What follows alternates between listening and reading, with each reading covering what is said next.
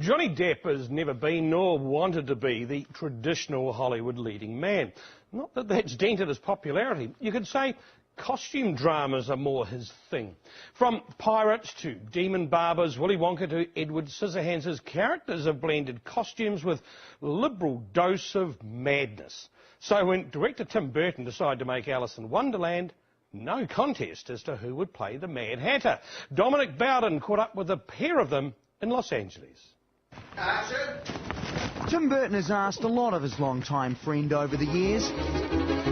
He's dressed him up like this. Like this. So what do you say? You, sir! Anybody! Even made him do this. Not one man. This may seem like a silly question. Very good at your jobs, very hard jobs. Would you ever consider trading? Maybe, Tim, you could be on the Pirates with the swinging the sword and John to direct. No. I know. It was just behind the camera for me. Yeah, that's it. Nope.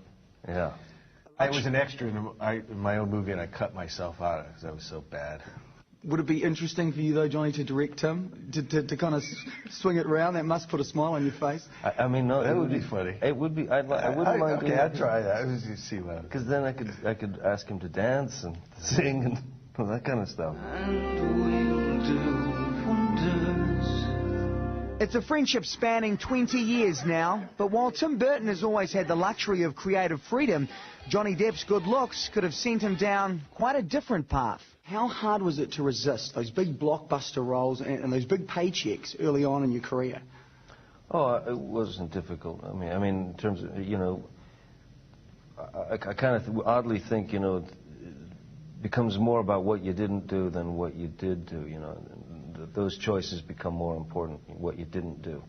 And more than anything, I've just been incredibly lucky, you know, incredibly lucky to have been able to work with Tim so many times and to get these roles. You know, he stuck to his. I saw from, you know, early on, he did resist that. You know, he definitely was into kind of keeping it artistic integrity. Gents, you'll remember Captain Jack Sparrow.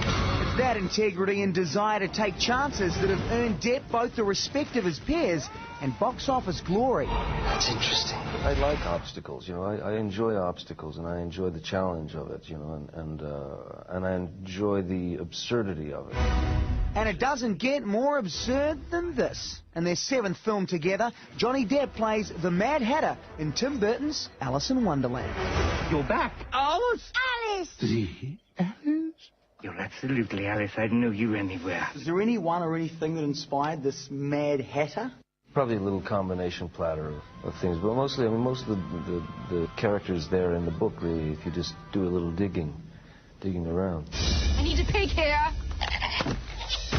I love a warm pig belly for my aching feet. Stop it. How mind-bending, though, is it to try and act in this world? Jabberwocky. Well, I mean, I was lucky because he'll go for it in any circumstance, and you know, you can't work with like a method actor on this kind of a movie. You really need people to go for it, and so I mean, he was probably the only person that liked the green. You know, he used it to his advantage.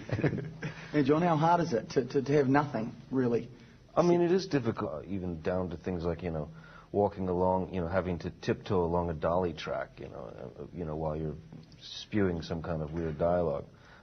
I like those kind of things. So the green screen actually helped me in terms of performance. You know. Looking at a tennis ball as well. Yeah, fine. I don't mind. He's nuts. That's why. Yeah. The movie's done now. Can you now go into a theatre and enjoy it like an audience member?